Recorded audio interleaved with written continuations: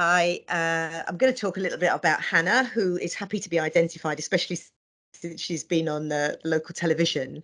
Um, I've known Hannah in my role in primary care at Homeless Healthcare Team for some 10, 13 years, and she would quite openly admit that she was reluctant to have her cytological smear test done.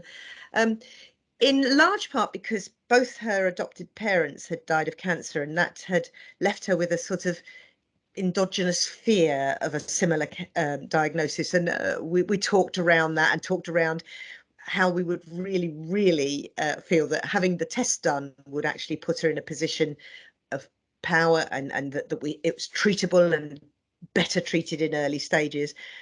So the very first day I worked for Right by You, I went back to my old alma mater, to the homeless healthcare team here in Southampton.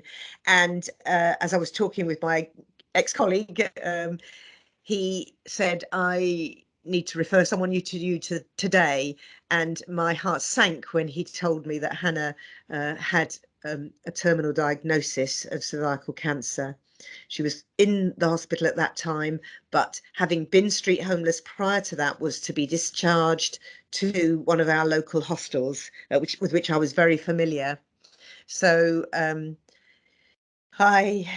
with a heavy heart, I very happily accepted the referral and went to meet Hannah to prepare for the journey we're currently undertaking together. Well, she is doing the major work. I just trot along beside her from time to time. So we really quickly resumed a really quite intense, trustful relationship, and she was very happy for me to be involved.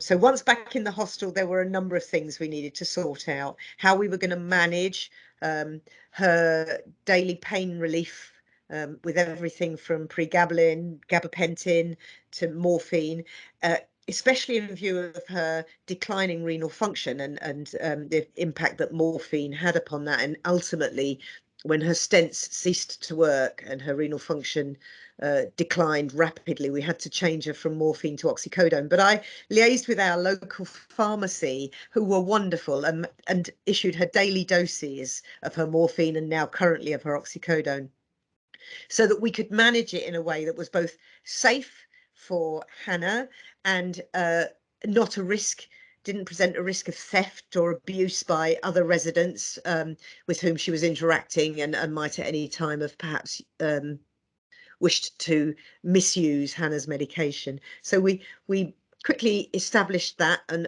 the rest of her medication in blister packs from them. They were accommodating to the nth degree. So that was really fantastic.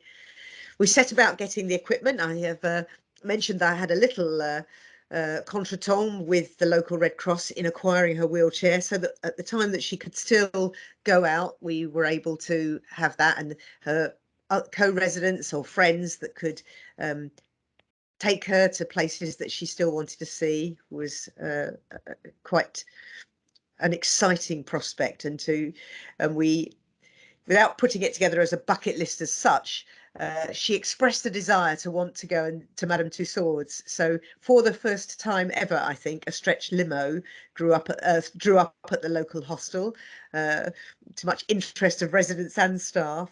Hannah, her friend, and I got in it, and we were driven to Madame Tussauds. She was treated royally when we got there, and we were brought back home again, and she was showered with flowers and cakes and chocolates, and it was just a wonderful day for her. Those are some of the highlights. We've had really tough times too. We've sat together, we've sat through being told that her renal function was declining, and that we're now entering the final phases, that palliative chemotherapy was ceasing to be of any benefit, and that the tumour was becoming more bulky and indeed increasing in her pain.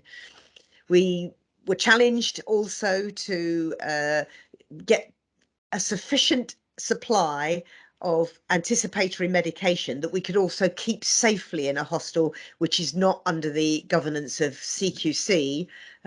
So we again worked with the local pharmacies to get the concentrations we needed, but also with the local community nurses to be able to store it in a safe place for it to be accessible at the point that it was required. We managed to reunite Hannah with her adopted sister, so not from the same family, but also with a number of friends. And some of those were brought about by her recent appearance on Meridian television to go and get their tests done, uh, in order that they don't end up in the position she's in. And friends from her primary school have come forward and met her and enabled her to re-establish relationships with them. People have rung up and said they've booked their smear on the basis of her appearance on television. So it's been a real steep learning curve for all of us.